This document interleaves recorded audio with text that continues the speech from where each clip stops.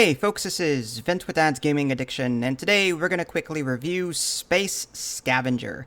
This is a game that's releasing from Steam's Early Access program on August 20th, 2021.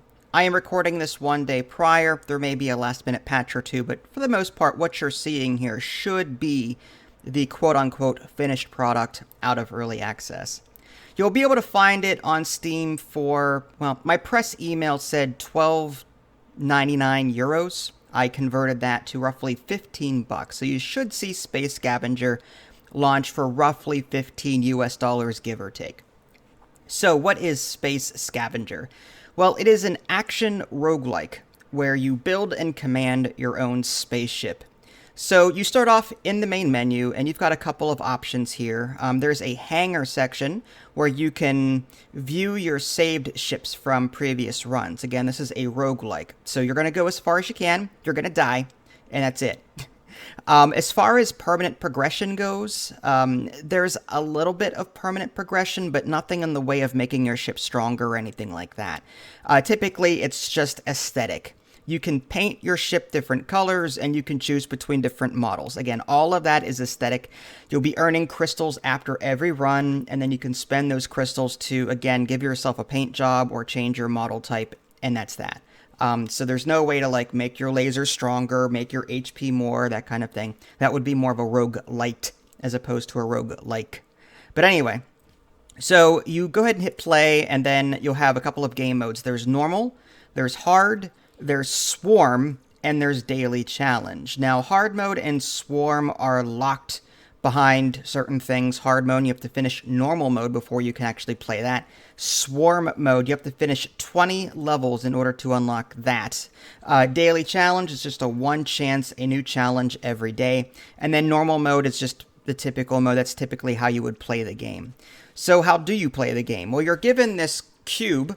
Okay, and that's basically it, just this cube. It can shoot this little zappy thingy that can destroy enemies, but you're thrown into this arena-style map, very small, and you're going to scan every planet and destroy every enemy.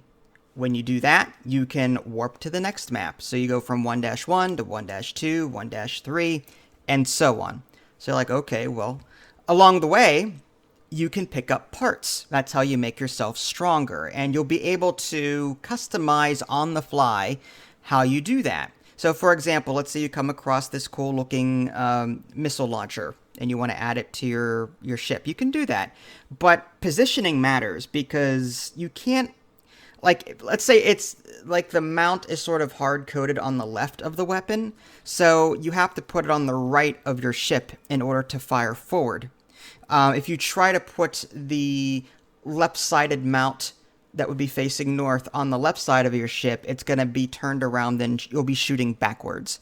So you kind of have to pick and choose what things you want to pick up based on their orientation. You will pick up more cube spots, or cube parts rather, and you can connect those to your ship to make yourself bigger so that you can hold more things. There's also these beams.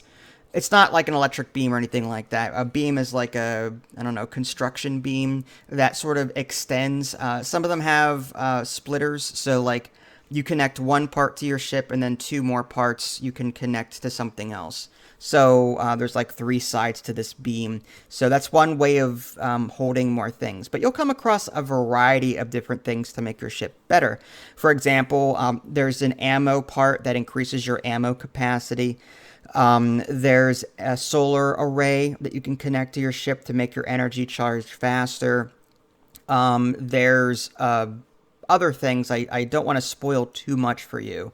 Boosters, engines, that kind of thing. Your default weapon is this electric beam, like I was saying. That's unlimited. But once you start picking up other weapons, like let's say electric weapons, then that'll be energy based or whatever. Like you'll have this plasma beam shooter thing that you'll pick up at some point.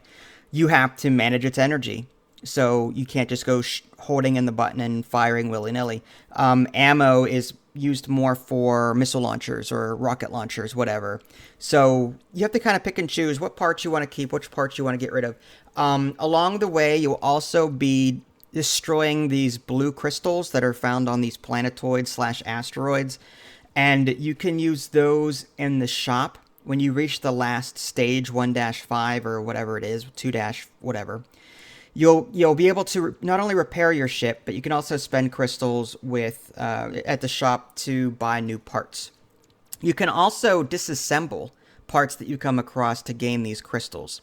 So it's a very light and casual roguelike. However, I want to stress that it's still challenging. I wish there was an easy mode, to be honest with you, so that I could sort of play the game a bit more casually. My biggest gripe with the game was movement. There are two options when it comes to movement. There's flight controls on and flight controls off. It doesn't really explain what they do, mind you. When I turned them on, that's when like W was forward, A and D were side to side. On I think flight controls off. Don't quote me on which one was on and off, but W or S was always down and W was always up.